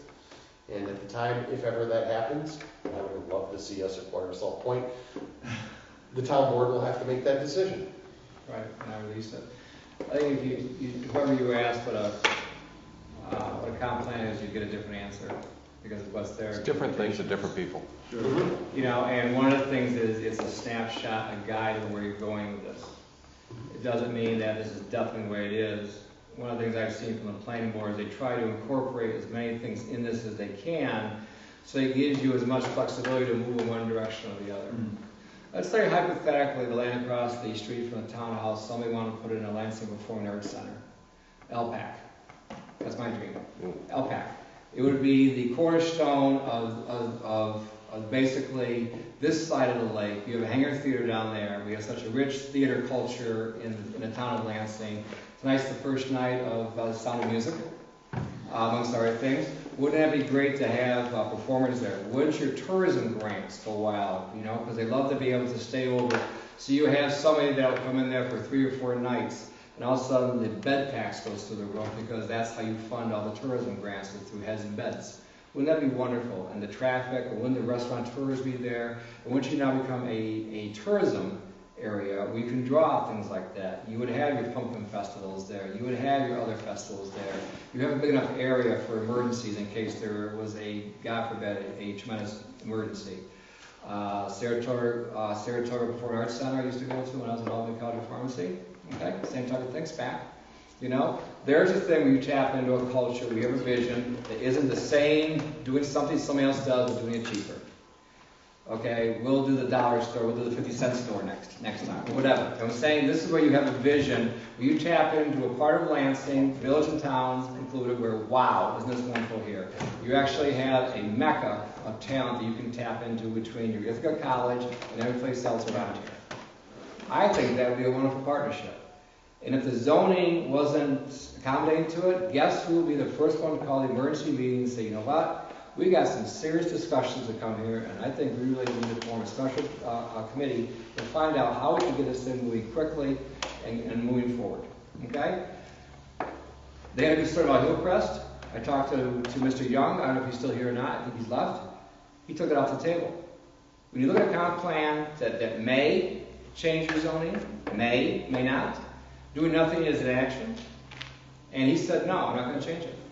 So now you have a buffer there, because people were concerned about that. That's off the table now. But you need communication back and forth as far as that goes. Okay? Quickly, finances. By law, the town supervisor is the chief financial officer. It should now be in my wheelhouse as far as that goes. You crunch the numbers, you find out how much each employee costs, you find out what they would cost down the road. You do part-time, you do full-time. This is why we do the custodian / rec department / highway guy or gal. Doesn't matter to me which one. I don't care as long as they're qualified. I could care less. The bottom line with that is you get more value out of that because you have somebody working in the rec department as soon as the water's turned on, as opposed to waiting for all the high school kids to come out, so now they're behind the 8 ball, amongst other things. In fact, you've done a fund balance policy, you've done a reserve policy, you stabilize so that each year we have an X amount of money going for equipment. 3 years ago, we'll talk about this truck quickly. About 10 years ago or so, they bought 3 trucks at one time, $650,000. Those big Tonkas are expensive. We have 7 of them. We stagger them every other year. That's what we're trying to do. Every other year. Okay? So we take care of our finances. Yes. Next is the 5-year plan. Absolutely. But unless you get your fund balance policy, your reserve policy, everything else, you can't get a 5-year plan. That's next on the list. We have a gentleman, Gary Bush, who hopefully will give us the contracts. We can talk about that at our next meeting, to hire him for $3,900 and give us a vision, because one of the goals in the future is to do our own public works, our Department of Public Works, because water, sewer, everything together. That's what the vision is. But I got to have a sewer line before I have a sewer pipe. You know, I have water lines coming. We have 3 different water lines here that we're going to be looking at. And those are things that will go through the process. And if people decide to go ahead, fine. If that happens, then we have to look at what the zoning is. You keep the zoning and the density the same or not? Those are talks that we can have. And I'm, once again, open-minded. When I went 180 on that comp plan, I think I showed the town of Lansing I'm very open-minded to their concerns. I had the votes. I could have ran it right through. But you know what that would have done? Gotten us farther apart. I'm the liaison to the village of Lansing. I come to their meetings, and we develop a great relationship here because of this. And I'm not going to sacrifice my ego for the greater good of the town, because that's not my job. My job is to take care of all of you here as best I can. I look forward to your presentation next month, my friend. And I wish you well, as I know you're agonizing over Can I this. have one more thing? You may. I'll stop talking. To Michael's credit, he's put in a large grant, which is waiting for the comprehensive plan to be finished, because it's a piece in that grading system by the government, whether it's state or federal, for grants to get rated, you have to have a comp plan. So you say it might be the cart before the horse, but it's the base piece for all the things that we're trying to build on. That grant is $250,000 that we're looking at. He applied for it last year, and I'm not throwing stones because we weren't ready, okay? I'm simply saying it's an informational piece. One of the reasons we didn't get it, from what you tell me, is because the comp plan hasn't been moved on. Once the comp plan moves on, now we start land use, now we start this conversation. So passing this comp plan, approving this comp plan, blessing the comp plan, whatever you want to do with it, it moves us to the next level. I wish whoever's on those committees have fun with it. I'm looking at water lines and dump trucks. That's my job, okay? You guys work on the details as far as that goes. Which, did I answer your question? Yeah, you're good. Ish? But okay. It's a big combination of whatever we said is very good. I think there's a question next to you. No, I was gonna say, I worked on the comprehensive plan here in the village, and I'm on the planning board, and it isn't really about money. It's about land usage, vision, philosophy, and it is a guide, and it's something that's very important. People say, well, it's not law, you know, but if you don't have a comp plan in place, you can get in trouble legally, because if you go on these frivolous things that don't sort of kind of gel with your comp plan, it can be a huge, but it's really about, like when you go to build your house, you have a vision like, I really would like this. You sometimes can't afford it, but you might say, well, you know, in 20 years, if I have more money, I may still do that. I mean, it's something to work towards. It's kind of a higher level, and you've got to reach, and it gives you an opportunity to really reflect how the community has changed since it was done last.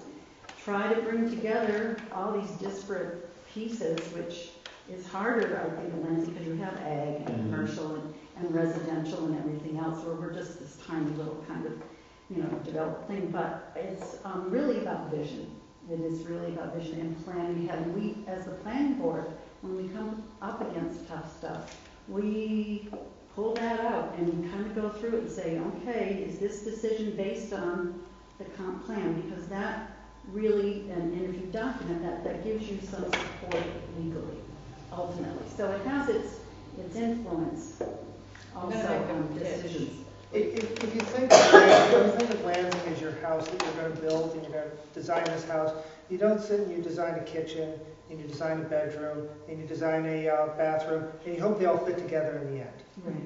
You get a general house design, and you get that worked out, which is what the comp plan is, and then you design the bathroom and the bedroom, because you know they're going to match up and work together. There are always opportunities to be on the planning board. You sound like a good, young, interested person, so keep it in mind. And alternate is only 1 year. I mean, it's not 7, it's 1 year. And even if you just come to the meetings, I know you're raising a family, God bless you. Okay, I know that's your first 10 priorities. I appreciate that. But just to keep in touch with us if you can. Or if you can't sleep at night, watch the video, and within 5 minutes of me talking, you'll be right to sleep. Can I ask about that? How would we access that? How do you do that? Website. Town of Lansing Just website. the website? It's on the front page. It's on the front page of the website. Okay, thank you. So are all of your assumptions in your comp plan based on the fact that there won't be any natural gas? Or do you have any kind of a holding out hope that there might be some expansion? As neighbors, we want to bring other towns. I don't think it goes to that level. It talks about, here's where we want development, and we try to put together tools for that development, but we don't say, here's where the sewers are going to go, and here's where the water is going to go. But do you assume that you're not going to get any more? Well, I mean, even if you had the pipe run by your house because of the moratorium in Lansing, you can't tap in. At the highway department, we have natural gas we run our furnace with, but we can't run a generator to open up the doors because we have to use a propane tank, because we just put it in last year. So what's going to happen is Cuba Orchard is looking seriously at propane tanks. Yeah. And Morado is going to have a record year this year because they can't get, I mean, let's face it, and when I remember the PSC, I asked them if everybody magically got a heat pump, if somebody donated them. There's not, I'm just saying, because I said, do we have enough electricity? Well, but what happens when it gets cold is not so good. Well, it's getting better. It's now 20 degrees below zero. Oh, is what is they it? could, yeah, so once again, 20. we're in the right direction, where these concerns, as they evolve, are getting better. Mitsubishi now makes one that's 20, they will function up to 20 degrees below zero. But my point is that we don't have enough capacity on the grid for electricity. Right. So we're trying to, okay, you're kind of pigeonholed us how we want to do this. And I said before, this is the bridge fuel for the next 20 years. And we as boards can put limits on people, what I'm saying. It's not just one and done. Having said that, though, do you want to make a comment, or should we? No, I was dealing with Give me a signal. No.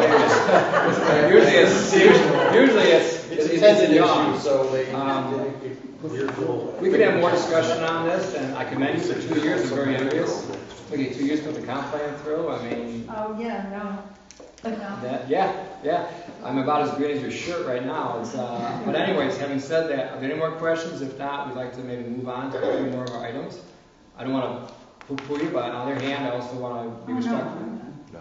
Actually, let me just add something. There is a piece in the comprehensive plan about the need to work with the NICEAG and the Public Service Commission about trying to solidify alternate energy sources as well as natural gas, if that's possible. Yes, I feel your pain. So, if we can move on then to number 6, we scheduled the work session meetings. Joe's come up with some alternatives, which are fine, in my opinion. We'll need to prepare the resolution at the next meeting, though. We can send it out via email. These are fine, doesn't matter to me.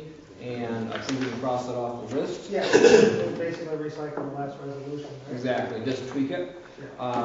Consolidated water district number 4, is there anything we comment on that? No, just the state comptroller issued its order of approval, so we'll have a final order establishing the district and get started. They went through full legal review, full fiscal review, everything either checked out or was approved, and that was the last piece we needed to move forward, so that's where it's going to go. Can I just note, when you do agendas, can you spell that out, because the public doesn't know what that means? Yes. Yes. I got questions. I'm glad we didn't put wasabi on there. As in what, chemo? For agendas, I want the public to be able to understand. Thank you. Perfect. That's all I gotta say. Wasabi, we had meetings today, the Water and Sewer Advisory Board. Yep. And one, I use that as a segue. Did you say, Individuals. Yes, I'm trying to work for a chemo wasabi or something. Having said that, though, we met today, and there was 2 things that would be, if Guy can maybe elaborate briefly, there's 2 things that came up today that they recommend to the town board. One of them is the town center land, for lack of a better word, the land across the street from the town hall, to be included into all the district. Is that correct? The Water district. old lateral restriction rules from ag and markets from when all of Lansing was agricultural as opposed to mostly north. The front edge of the property is in the water district and the back land is not in the water district. So we're simply bringing the entire tax parcel into the water district. It's a pretty common thing, happens all the time, happens with developments. And the next one, if I want to jump ahead, is sort of the same thing. The Cargill property has already part of its land in the water district, and we're going to just bring the whole piece in. And this has been an ongoing project for many years, finding the holes and the extensions in the water district and filling in the gaps. So This is part of the shaft number 4 part. right, it's that parcel, yeah. Not the other one. Do we have elevation issues with that? Pardon me? Do we have elevation issues with that, of it going to high? No, You're talking about the shaft? No, we're just talking about. No, I'm talking about, the water can only go so far uphill, No, pressure's fantastic. Okay. And part of that was because the power company ran their line way out there. And speaking of, you talk about industry, that shaft, if and when it gets completed, is about a $6 million increase in assessment.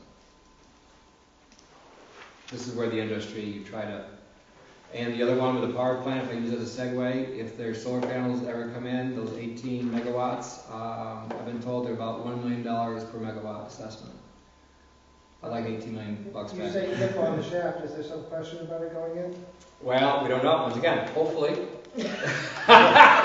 Hopefully. I'm wondering about the hesitation you have, so what's the hesitation? I don't have any hesitation. I've learned never to assume until, you know what I'm saying? I understand that. Until all the hay is in the barn before you say we had a good year. They're reviewing the plans right now for the construction permit, so it's moving along.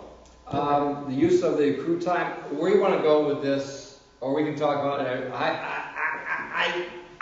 This is something where people have sick time, and they used to use an actuary table to say how many more years you're going to live, and then from there you got so much of that put towards your health insurance that the town paid. But let's say if you retire when you're 60 and you're going to live 20 more years, you get 5 years and that's it. The rest of it you forfeit. And frankly, nobody knows how long they're gonna live. Exactly. So what the proposal is now is to use up, and it's up to 1,320 hours is what you can build up for your sick time. You get 12 sick days a year. The other thing is that this is no longer applies to anybody hired after 2015. This is being phased out. But what do you do for the people that are there now? Because one person now they come forward with a hardship that they're going to pay over $350 for their insurance. They retire. Yes, a month. Do we help them or not? I told that person that I met with, Doug Dake and I also met with them, I would bring it to the board. And I'm simply bringing it to the board. And whatever the board decides is fine by me, but I brought it to the board. So wherever your comfort level is, doing nothing is an action, doing something is an action. The other thing we wanted to do is to bring the rates up so that they are the same as the post-retirement people for Medicare, because there's also a contribution there. 25% singles and 40% for married couple. So if you have an idea, if you want to wait till 2 more board members are here, we can move on because we've got a boatload of more stuff. I'll just say that, again, I want to start looking at long-term projections. I want to sit down with you on this at some point in the next couple of weeks. I want to do it before our next board meeting. That'd be nice. Because I know this has been hanging for a long time, and I don't want to have that happen, because that's really important. Well, and the thing of it is that you have 4 people that are there. 3 of them, I think, are effective minimal. And we were going aggressively, increasing it 6.5% every year to get up to those rates. The fact of the matter is, maybe we need to drop that back to a 2.5% increase every year until it goes up. But after those 4 people are retired, which are probably within 3 or 4 years, you have nobody. Then it's a whole new schedule. It's a whole new schedule, but you have nobody until about 6 years from now, and then you're going to have 6 of them. Mm-hmm. And that's why I want to start looking at projections and stuff. Understand. So we can give you numbers. Once again, use the actuary tables, you can do the rest of it. But at some point, here's the pot of money, this is what we spend, this is what's left over. Let's decide it. And at some point, we need to go into, like I said, doing nothing is an action. Yeah, let's sit down in the next couple of weeks and work over those numbers so that I understand what we're agreeing to. Cold storage building, this is something that's been kicked around for 3 years. This is where you actually, it's a cold storage building. This is where we put our equipment for the rec department. If you go up there to where you pick up your mulch and everything at the highway department, there is the old emulsion building that the emulsion company gave to the town. That is heated, that has everything in it. It's wonderful. That's where the rec department works to get all their mowers and everything up to speed. They keep everything in an old building right now, which is starting to fall down. The idea was to put a concrete floor and everything else in it last year. The town board allocated 60 grand. The lowest bid came down at 80. We said no thank you. They came back with a redesign now for a simple building. You've talked to Cricket about this. I'm going to talk to Cricket about it. Okay. Well, I've talked to him about the building. I want to go see it. I want to do a site visit. And once again, simply just priming the pump here. We're not going to decide anything tonight, but they come back with an estimate of $45,000. They want to see if the town board can allocate $45,000 for this new building. And basically, it's a gravel floor. And it is enclosed that has 1 bay, it's 40 by 60, it has 1 bay at one end, and it has 3 bays in the middle so you can get to your equipment. The highway department will use it for 25% to keep our machines out of the cold so that those 14-year Tonkas may last 15 or 16, which one of them will now. So having said that, that's something that is being proposed. We'll maybe have a serious discussion at our 2 weeks from now. If that's the case, they can start prepping the area if they approve it. And then it's a matter of putting it out to sealed bid And then from there, I think we can tweak the old resolution we had for that bid and take out the concrete floor and the plumbing and everything else and drop it down to where it can be afforded. The other thing we'll do with that, if hopefully this is done, is that we will also put a berm in there. We also will, I say we, the highway department will put a gate, so it'll be gated, so that all of the culvert pipe and everything stay on premises. They don't roll legs and walk away. And we'll knock down the old building. So it'll be a win-win, plus the highway department will probably use that for 25%. And the old building is rotting. It is.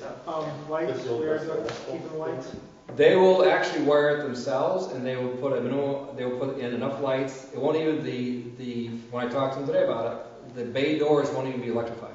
They'll just be, which is okay. I just know people will go in there late at night, and I don't want them stumbling around with a flashlight. No, it'll be lit, and also there will be no windows in it, so that people can't get into it. Okay. So moving on to the next one, single axle dump truck. We talked about this, but you're looking at the same type of thing, which is fine. There's no wrong answer, my friends, because you're also looking at this. This is one of the three that we talked about before, where they bought 3 of them for $650,000 way back when, because the money was good. Plus, they tried to get it before the new technology came.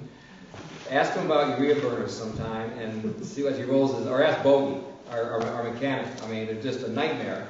So they got 3 of 1 year. What Crick is trying to do is move this ahead, so that will take some of the oomph off. So once again, we stretch that out, so 7 trucks over 14 years. This would be allocated to be 20% out of the water district, because they use this type of truck for when they work on water lines, like they did last night. 20 or 40% will be out of the DB fund they use for paving, amongst other things, and 40% out of the DA. These is a smaller single axle truck. It would be 10 wheels as opposed to, I'm not a mechanic, so No, 6 wheels. 6 wheels. 6 wheels as opposed to 10 wheel. And it gets into the smaller areas. It's a small enough truck that it can go into areas that you don't have those bigger trucks on, you don't use much traction. Shorter bed. It's got a shorter turning rate, better turning radius. So that, they're looking at $180,000 for that. They're hoping to get $60,000 to $80,000. We got a deal for the village. If you want to go with, and we'll probably, Cricket thinks he's going to get at least $60,000 down the open market for the other one. When you say water district, don't we have several districts, so you combining them together and having them all? This is the consolidated water district that will pay for it. Just like the consolidated water district paid for an excavator, which was used exclusively for the water district last year. That's all it's used for.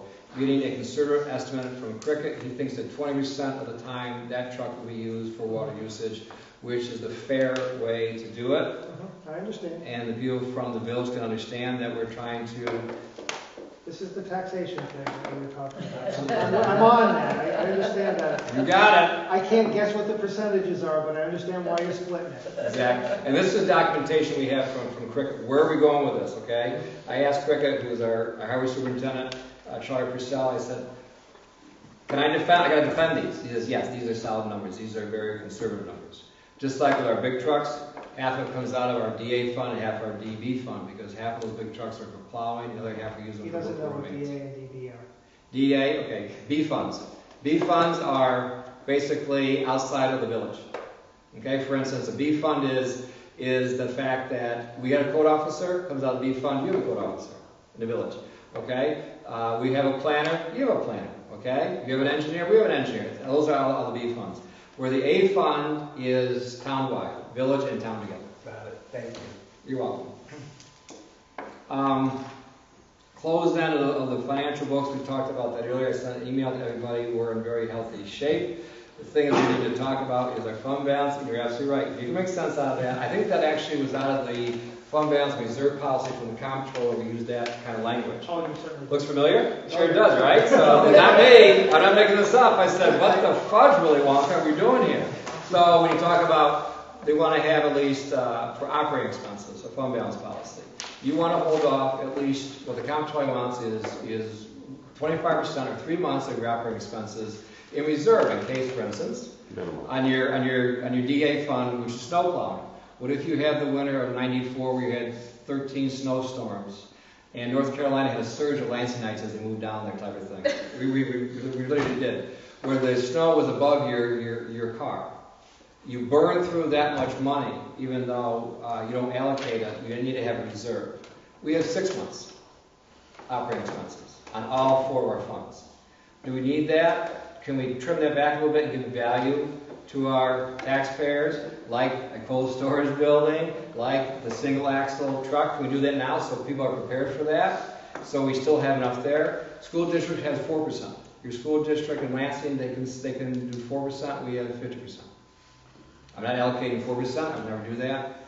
I have a number in my head, it's not 50, but it's certainly not 25. Well, we aren't actually limited to 50, we're limited to reasonable. And you're absolutely right, but if you have the money... I'm not suggesting we go over 50. I just want people to think that there's some statutory limit, because there's not. There isn't, but the comptroller... You gotta be able to defend it. And the comptroller recommends, but... They won't recommend a number. They were very specific about that. But you know, the comptroller also didn't recommend we do an early retirement program or have our water, or have our highway department put in water lines, which takes out the profit margin as people actually can afford it, so they don't go over the threshold. So comptroller, nice. Thank you so much for your comments. I appreciate that. Shred. Okay, let's move on. Okay. So having said that, we can talk about the procurement policy. You want to continue this at our next meeting, or what do you want to do with this? I gave you a bunch of suggestions. You did. It was riveting. Except for the one part where I think we really need to discuss it, because we have that whole section that says it needs to be documented, but we don't say how in any of them. And I think we need to, since it says we're supposed to say how, we really need to say how. But I don't feel confident to do it myself, because I don't know what people are doing now, and I don't want to tell them to do a whole lot more work. Would you recommend how, and not just have them do it? Would it be a recommendation, or would it be... No, because I don't think I know enough about the individual procedures in the office, and I don't want to start guessing. The individuals can recommend. I would rather have staff give some recommendations from that, just so that, because I'm not doing these things on a regular basis. I feel fine looking over these recommendations and seeing whether I think they documented adequately.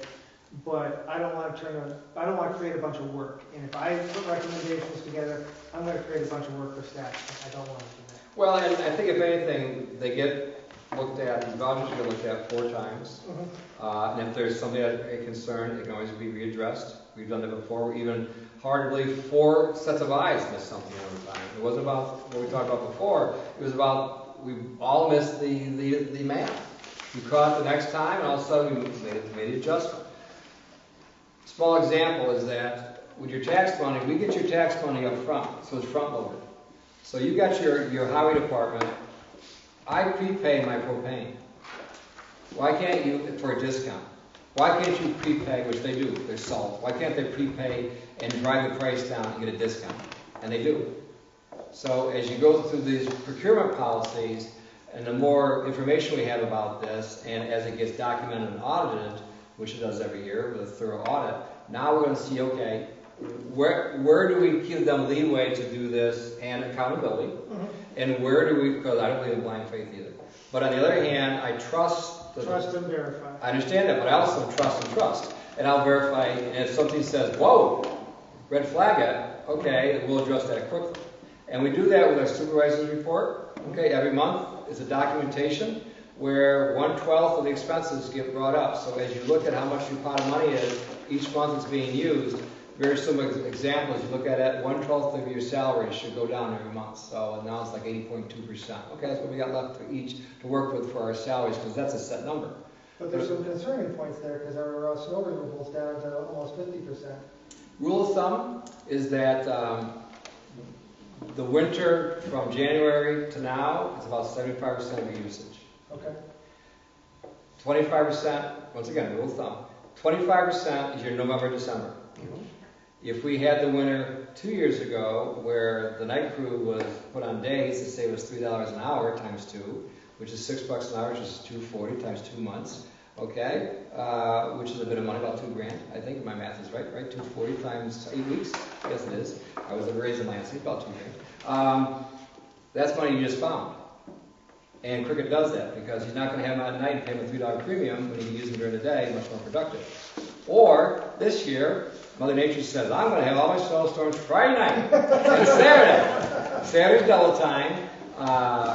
When I was making snowmen with my grandkids on Thanksgiving Day, that's triple on a holiday. The only good news is they were out for a 3-hour call-out, but still, that's a 9-hour bill right there. And people appreciate it, because those roads are Safety, clear. safety first. I mean, once again, that's why you have your fund balance policy where you have to dip into it, and they have to replenish. So all these dynamics are going at the same time, and every time that plow truck goes by on Christmas Day, I go, okay, Merry Christmas. But you know what? Those guys are willing to do it because they don't have to. So I say guys. Like I said, two guys. Moving on to the next thing, cash management and investment policy. This is going to also fall into our... I'm not sure we finished the other one, so we're going to have some staff people, and you're going to have a couple of staff to go over, what is it, C through F, people who actually do those things. I'm going to have you also work on that, so you can... I'll work with them. I want some drafts from people who are actually doing C through F, and I don't remember what they are off the top of my head. But, saying, what would you say would be a good document for the town board? And then, hand it to me, and I'll look at it, So you're looking at the procurement policy, you're looking at... The documenting piece. Yeah, it's all the various things that need to be documented. See, now we okay. Are we talking... Best value, state and county bid list, piggybacking. Are you talking 1, 2, 3? Which policy are you talking about? We're talking about section 2. Thank you. C Competitive bidding required, that type of thing? Yeah, C through F. Those don't actually say how they are to be documented, even though it says we're required to have it documented. But we don't tell staff how we want it documented. Do you want to ask for recommendations? Yeah, I want recommendations from people who are actually doing it. Okay, sum it up. Recommend. Good. Are we done with that one? Yes. We done with that? Okay, cash management investment policy. First of all, we have to have a comfort zone of how much, if we do want to invest, and for what time period, right? Yep. And how much you want to invest if you do want to invest, and it could be a year. Okay, maybe it's a year, maybe you do just a prototype.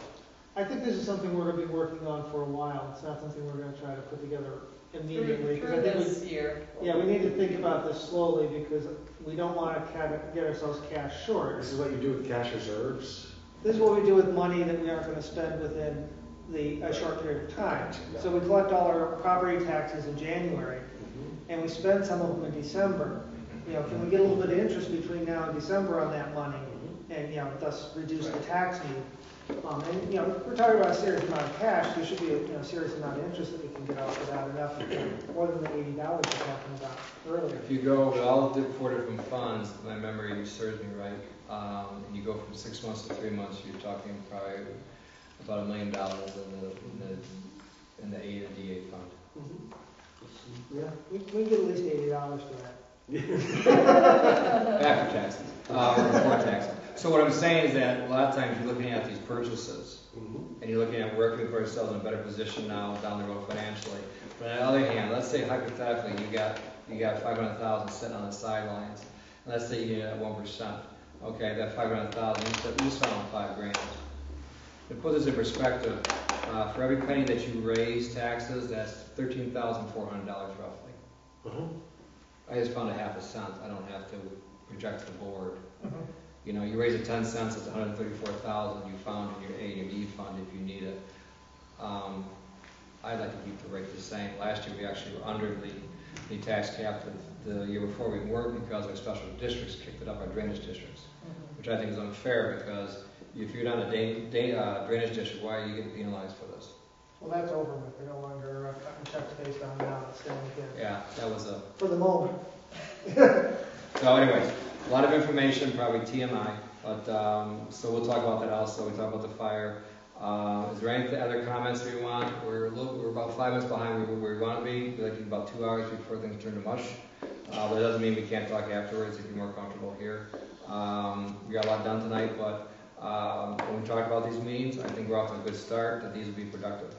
That if anything, I will be more intense to get these things done because the fear, not the fear, but sometimes what happens is that if you have 2 meetings instead of 1, you stretch them out, and next thing you know, we still want to have our preparation. So I think we had good energy tonight, good intensity, we got a lot done. I was delighted that the mayor got some base because he's been through a lot these last 20 years, and he's the one that's saying, and no one paid attention to him, and all of a sudden, guess what? Maybe that they did, but they couldn't do anything about it. I don't know. I'm not going to throw stones at other individuals. It wasn't my watch. I'm just glad that we have a great working relationship with the village. Me too.